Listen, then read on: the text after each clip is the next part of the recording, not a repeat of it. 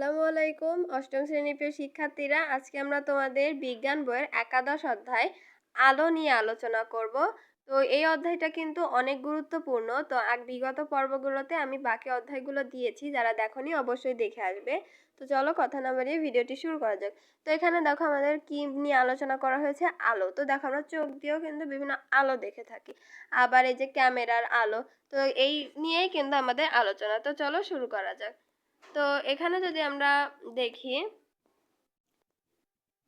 এখানে কি বলা হয়েছে যে আলোক রশ্মি এক স্বচ্ছ মাধ্যম থেকে তির্যকভাবে আপাতিত হলে মাধ্যম পরিবর্তনে এর গতিপথের দিক পরিবর্তন হয়। অর্থাৎ দেখো, আলোক রশ্মি, ধরো এই একটা আলোক রশ্মি এক স্বচ্ছ মাধ্যম থেকে আরেকটা স্বচ্ছ মাধ্যম, ধরো এখানে এখানে এই হলো একটা, এটা হলো ধরো একটা পরিবেশ, হ্যাঁ। তো এখানে উপরে আছে বায়ু, উপরে বায়ু আর নিচে পানি, দুইটাই স্বচ্ছ মাধ্যম। কিন্তু আলোক রশ্মি যখন যাবে, তখন আলোক রশ্মি এক স্বচ্ছ মাধ্যম থেকে অন্য স্বচ্ছ মাধ্যমে যখন যাবে, তখন এই আলোটা এইভাবে সোজা পথে না যেয়ে আলোটা যদি এইভাবে যায় তাহলে একটু বাঁকা হয়ে যাবে।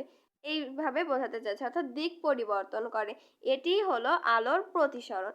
এই অধ্যায়ে আমরা দৈনন্দিন জীবনে সংঘটিত আলোর প্রতিসরণের বিভিন্ন ঘটনা, পূর্ণ অভ্যন্তরীণ প্রতিফলন এবং এর প্রয়োগ হিসেবে অপটিক্যাল ফাইবারের সাথে পরিচিত হব। আমরা অপটিক্যাল ফাইবার মানে জানি যে সরু এক ধরনের কাঁচ তন্তু, যেটার ভিতর দিয়ে আলো প্রবেশ করানো হয় এবং বিভিন্ন কার্যাবলী সম্পন্ন করা হয়।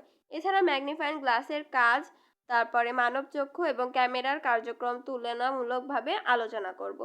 তো দেখি এখানে প্রথমে কি আছে, আলোর প্রতিসরণ। তোমরা কি কখনো কাচের গ্লাস বা জানালার সামনে দাঁড়িয়ে নিজের ছবি দেখার চেষ্টা করেছো? গ্লাস থেকে আলোর প্রতিফলনের মতো তোমরা কি একটা অস্পষ্ট প্রতিবিম্ব দেখতে পেয়েছো?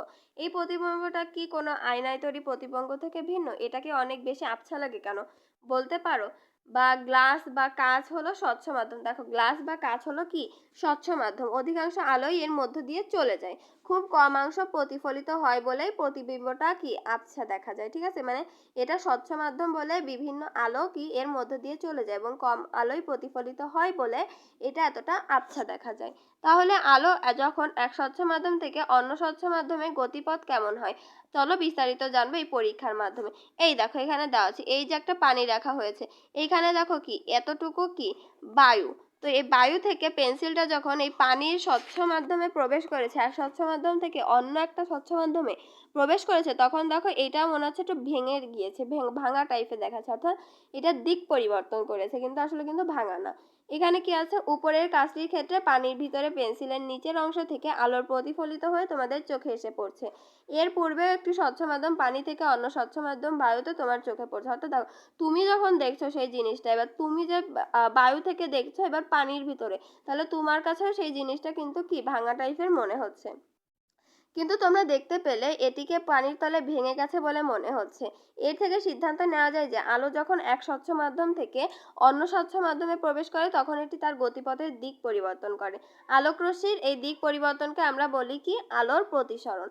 একটি নির্দিষ্ট স্বচ্ছ মাধ্যমে আলো সরলরেখায় চলে, কিন্তু অন্য মাধ্যমে প্রবেশের সাথে সাথেই এটি মাধ্যমের আলোকীয় বৈশিষ্ট্য অনুসারে দিক পরিবর্তন করে। এখানে উল্লেখ্য যে লম্বভাবে আলো এক মাধ্যম থেকে অন্য মাধ্যমে যাওয়ার সময় গতিপথের পরিবর্তন হয় না। অর্থাৎ দেখো, এই একটা গ্লাস, এই যে পানির ভিতরে এটা দেওয়ার সাথে একটু বাঁকা হয়ে যাবে, ঠিক আছে, কিন্তু আমরা যদি এটাকে লম্বভাবে দিই, ধরো এটাকে লম্বাভাবে দিই, তখন এটার কিন্তু কোনো দিক পরিবর্তন হবে না, কারণ এটা অভিলম্ব বরাবর চলে গিয়েছে।